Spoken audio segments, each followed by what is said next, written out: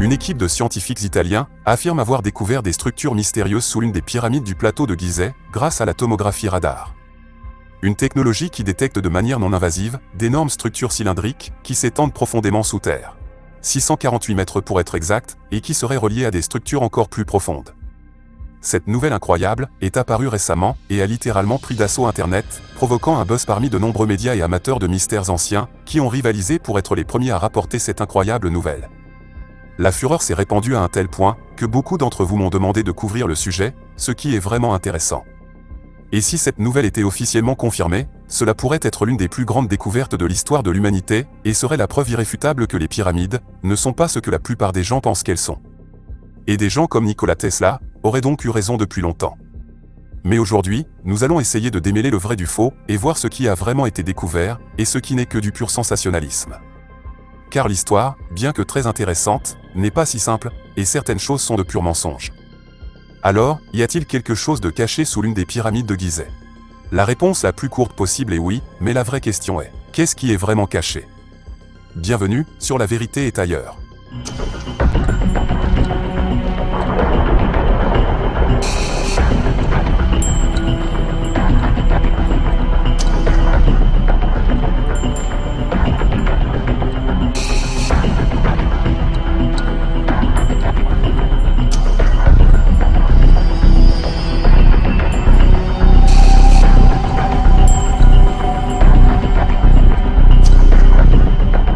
L'histoire d'aujourd'hui est vraiment incroyable et prouve à quel point la désinformation et les rumeurs peuvent rapidement se propager sur Internet sans que personne ne lise réellement la source principale de l'information d'origine.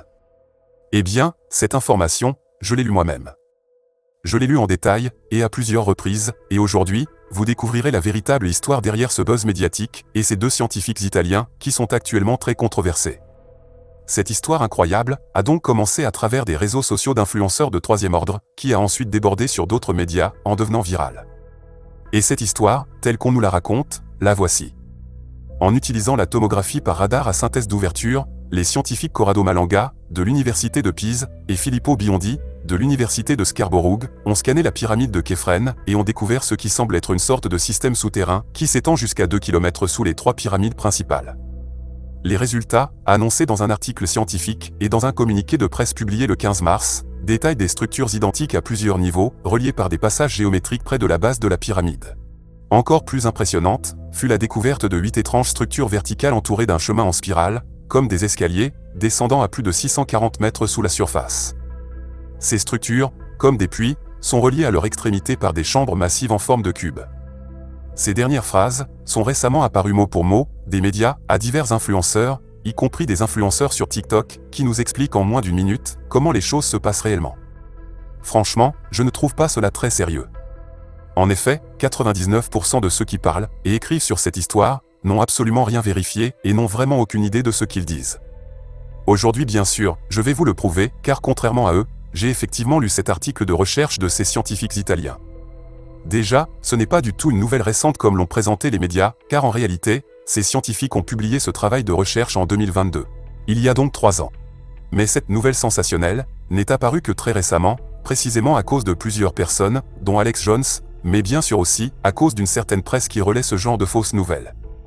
Ces scientifiques affirment effectivement avoir découvert quelque chose, mais ce n'est pas vraiment ce dont on a parlé ces derniers jours, car l'histoire a été tellement déformée et sensationnalisée que de nombreux faux détails ont émergé. Des détails dont ces scientifiques n'avaient jamais parlé. Mais voyons qui sont ces personnes, quel travail scientifique elles ont écrit, et comment elles ont découvert certains de ces faits intéressants. En réalité, ils n'ont pas découvert de structure sous la pyramide de Képhren, c'est-à-dire la deuxième pyramide située au milieu, mais dans la grande pyramide de Khéops. Cela est clairement indiqué dans leur travail. Plus de 99% de toutes les sources sur Internet parlent donc de la pyramide de Képhren. Ce qui n'est pas vrai. Et il existe aussi des indications de la présence d'autres structures sous l'ensemble du plateau de Gizeh. Corrado Malanga et Filippo Biondi ont utilisé des technologies radar qui pénètrent sous terre pour étudier principalement la Grande Pyramide, autrement dit, le SAR. Cette technologie radar capture la Terre depuis l'espace par satellite et recherche des anomalies électromagnétiques sous la surface terrestre. Des technologies similaires sont utilisées dans la forêt amazonienne, où les scientifiques découvrent des villes entières sous la terre et la forêt. Cette technologie a ses limites et sa précision, comme le soulignent ces personnes dans leur travail scientifique, et elle n'est pas parfaite. Ces scientifiques ont donc étudié les chambres et les tunnels existants à l'intérieur de la pyramide, c'est-à-dire ceux que nous connaissons actuellement et que l'on peut traverser physiquement et qu'ils ont clairement vu grâce à la technologie radar. Mais ce faisant, ils ont aussi remarqué de nouvelles choses. Des choses qui n'avaient pas encore été découvertes officiellement. Et c'est ici que l'histoire diverge radicalement de ce que vous avez pu lire ou regarder ces derniers jours.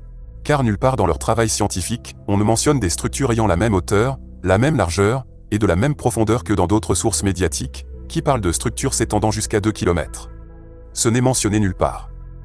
Il ne s'agit pas non plus de 8 structures verticales en forme de cylindre, s'étendant à plus de 600 mètres sous les pyramides, ainsi que d'autres structures inconnues, situées à 1200 mètres de profondeur. La source de ces chiffres ne peut pas du tout être trouvée. En réalité, cette technologie radar, telle qu'elle existe actuellement, ne peut même pas aller aussi profondément sous terre. J'ai lu leur article scientifique 3 fois avec attention.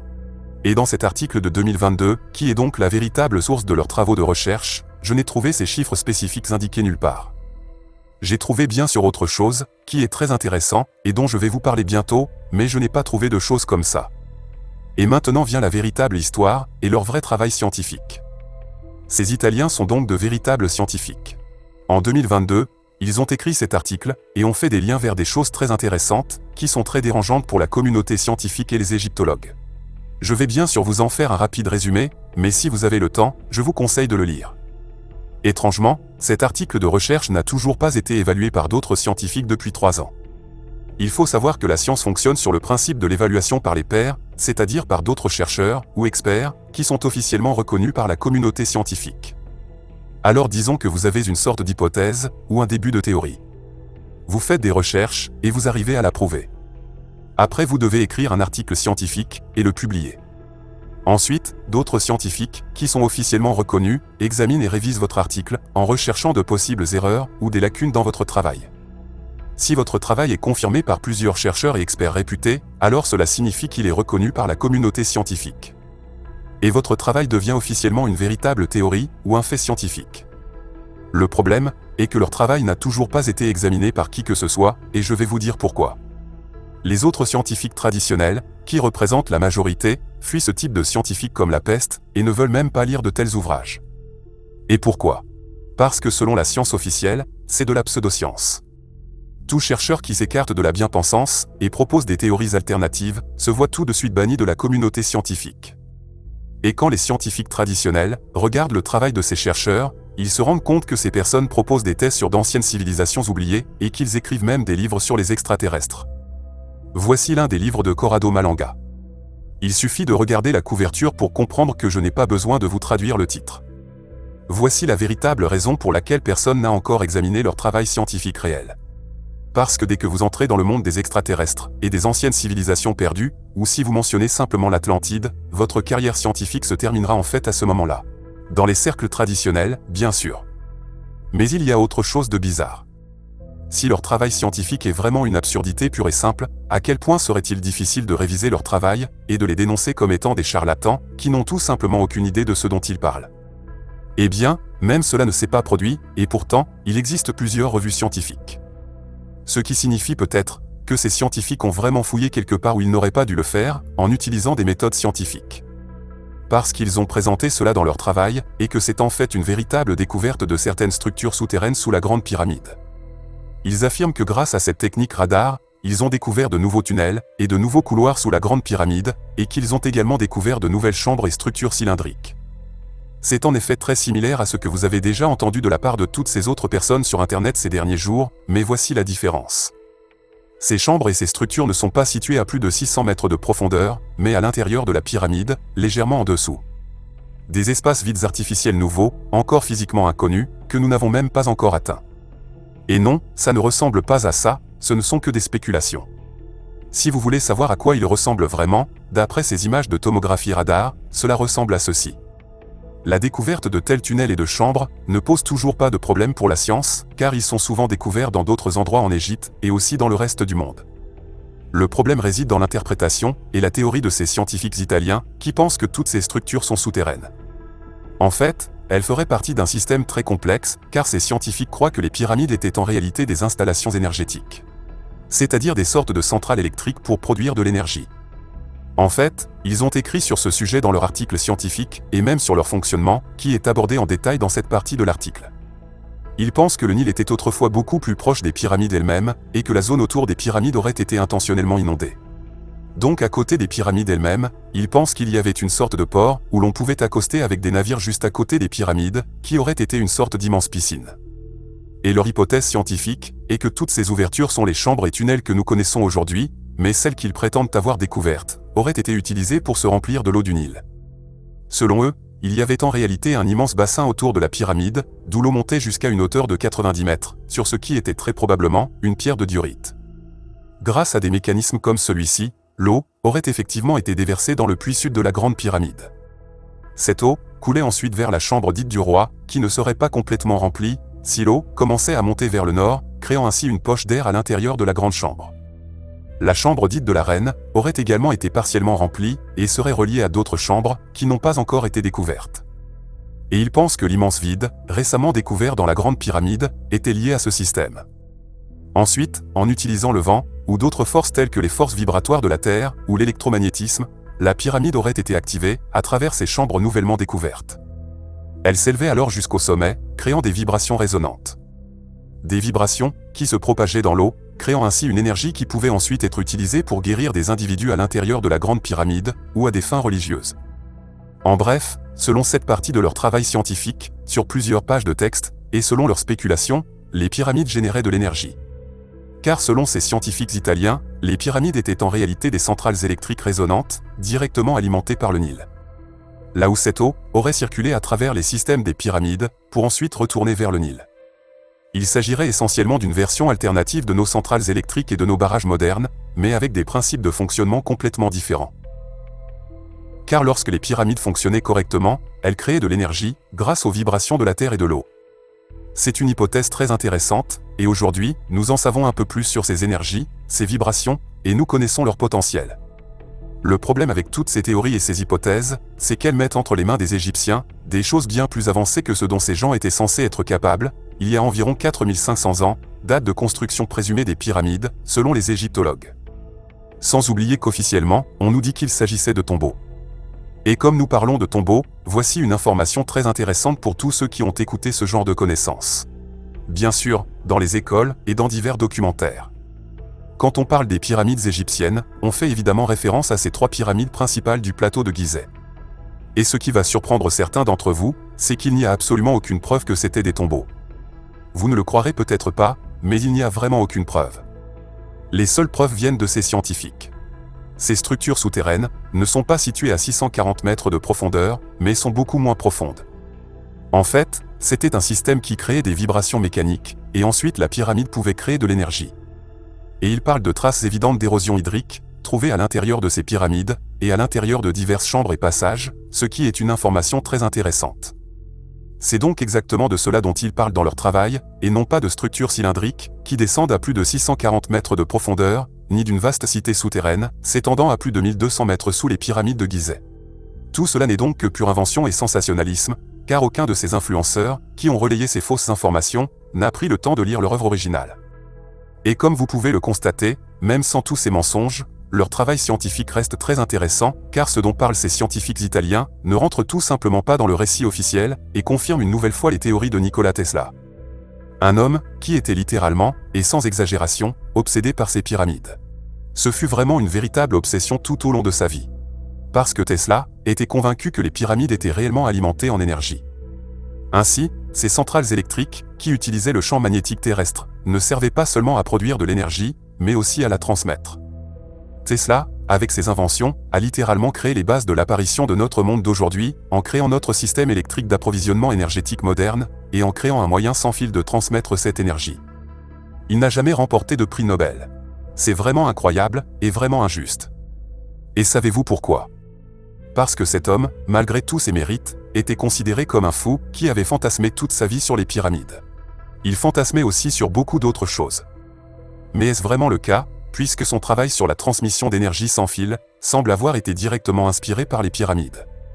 Parce que Tesla, en 1905, il y a donc 120 ans, a créé les bases de la transmission d'énergie sans fil. Et dans son travail, il parlait de la manière de transmettre de l'énergie sans fil à travers un milieu naturel. Et ce milieu naturel était la Terre, ce qui signifie que la planète était considérée comme un générateur naturel d'énergie, avec 2 champs magnétiques, à partir desquels il collectait l'énergie de l'ionosphère. Aujourd'hui, nous savons que nous pouvons transmettre de l'énergie sans fil. Vous n'avez même pas besoin d'une tour Tesla comme celle-ci. Et certains d'entre vous l'utilisent tous les jours. Cette énergie est le Wi-Fi. Une technologie qui découlerait directement des inventions de Tesla. Mais ne nous laissons pas trop emporter par le sujet de Nikola Tesla, car aujourd'hui, vous connaissez toutes ces possibilités. Et maintenant vous connaissez les caractéristiques énergétiques supposées des pyramides. Mais pourquoi cette théorie sur les pyramides, qui seraient des centrales électriques, est-elle si dérangeante pour la plupart des scientifiques? Et pourquoi les articles scientifiques comme celui-ci ne sont-ils pas pris au sérieux? Eh bien la raison en est bien sûr qu'ils ne correspondent pas au récit officiel. Car ici, on parle d'une ancienne civilisation qui aurait existé bien avant l'époque des Égyptiens et qui utilisait les pyramides comme des centrales électriques qui envoyaient de l'énergie dans les airs, mais aussi vers d'autres continents. Et certaines personnes émettent même l'hypothèse qu'ils auraient pu créer des portails de téléportation vers d'autres planètes, voire d'autres dimensions. Si seulement une petite partie de toutes ces affirmations était avérée, notre histoire entière s'effondrerait littéralement. Tout serait bouleversé. Et si on découvrait que quelqu'un, ou un groupe d'individus, nous a intentionnellement menti, et a caché de telles choses, combien de personnes deviendraient littéralement folles, et voudraient les têtes des responsables? Car attention, ce genre de choses est très grave. Il ne s'agit pas simplement de nous avoir menti sur notre passé. Ces choses nous seraient vraiment très utiles aujourd'hui. Cela pourrait résoudre tous nos problèmes d'énergie, avec une énergie propre, et quasiment éternelle pour la planète. Et c'est précisément là le problème, car ce sujet est très sérieux, et ces influenceurs ne font que décrédibiliser toutes ces choses. En effet, que pourrait penser une personne ordinaire, qui suit habituellement de tels sujets, lorsqu'elle découvre que ces influenceurs, intentionnellement, ou par ignorance, partagent ce genre de désinformation? Eh bien cette personne ne prendrait plus ce genre d'histoire au sérieux. C'est pourquoi cette désinformation est autorisée sur Internet. Ces gens gagnent de l'argent, mais ils décrédibilisent eux-mêmes le sujet et jettent une ombre sur tout le vrai travail plus sérieux de ces scientifiques. Mais bien sûr, ces scientifiques italiens n'ont peut-être pas tout à fait raison, ou ont même peut-être tout simplement tort. Mais nous ne sommes pas près de le savoir, car je ne vois pas beaucoup de désir de la part des autres scientifiques d'étudier ce genre de choses. Et aujourd'hui, vous savez pourquoi. Des choses comme celle-ci ne correspondent pas au récit officiel et sapent toutes les théories existantes. En fin de compte, de telles révélations détruiraient littéralement notre civilisation, notre monde. Ce monde que vous connaissez aujourd'hui, qui s'est principalement développé avec ce genre de choses. Et si nous voulions maintenant utiliser ces nouvelles énergies hypothétiques des pyramides, vous devriez arrêter la façon dont notre civilisation fonctionne actuellement. Dites-moi, combien de ces méga-entreprises, qui gagnent beaucoup d'argent avec nos énergies actuelles, aimeraient-elles cela? Même si vous n'aimez peut-être pas la théorie de ces scientifiques, il y a également des recherches officielles, c'est-à-dire des sciences traditionnelles, et des nouvelles scientifiques officielles, qui sont généralement acceptées. Des scientifiques japonais ont récemment utilisé la technologie LIDAR, une autre technologie radar, qui permet d'étudier le sous-sol sur le plateau de Gizeh, près de ces grandes pyramides. Et ils ont découvert de nouvelles structures souterraines mystérieuses. Alors ici, je ne parle pas d'une nouvelle théorie du complot, mais d'une information que vous pouvez lire sur des médias scientifiques officiels. Je vais citer la déclaration de ces scientifiques japonais. Nous pensons avoir trouvé une anomalie d'une combinaison de structures peu profondes, connectée à une autre plus en profondeur. Cette structure a clairement la forme d'un L. Les scans montrent qu'elle a été remplie de sable après la construction, il semble donc qu'elle ait été enterrée.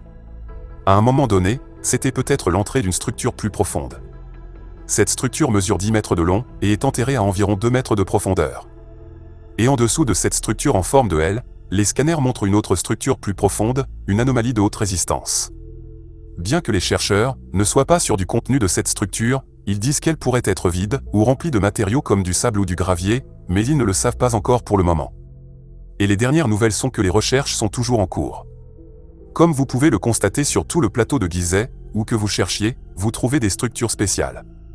Et sous les pyramides, il y a encore des structures physiquement non découvertes, mais dès que vous commencez à imaginer des possibilités alternatives en tant que chercheur ou scientifique, toutes les recherches et fouilles s'arrêtent. Il semble donc que ces scientifiques italiens ont trouvé quelque chose qui dérange, et qui ne correspond pas à la doctrine officielle des égyptologues. Et personne ne sait vraiment avec 100% de certitude, ce qui se cache sous cette vaste étendue de sable.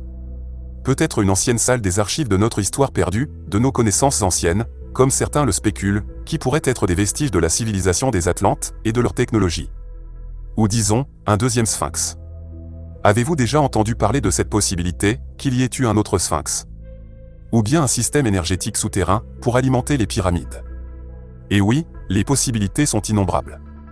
Mais n'y pensez même pas, surtout si vous êtes un scientifique, car dans ce cas, vous serez immédiatement discrédité de toutes les manières possibles. Car qui êtes-vous pour remettre en question notre histoire, et ce qui a été dit? Parce que vous êtes sur La Vérité est ailleurs, un endroit où la vérité semble parfois plus étrange que la fiction. À bientôt.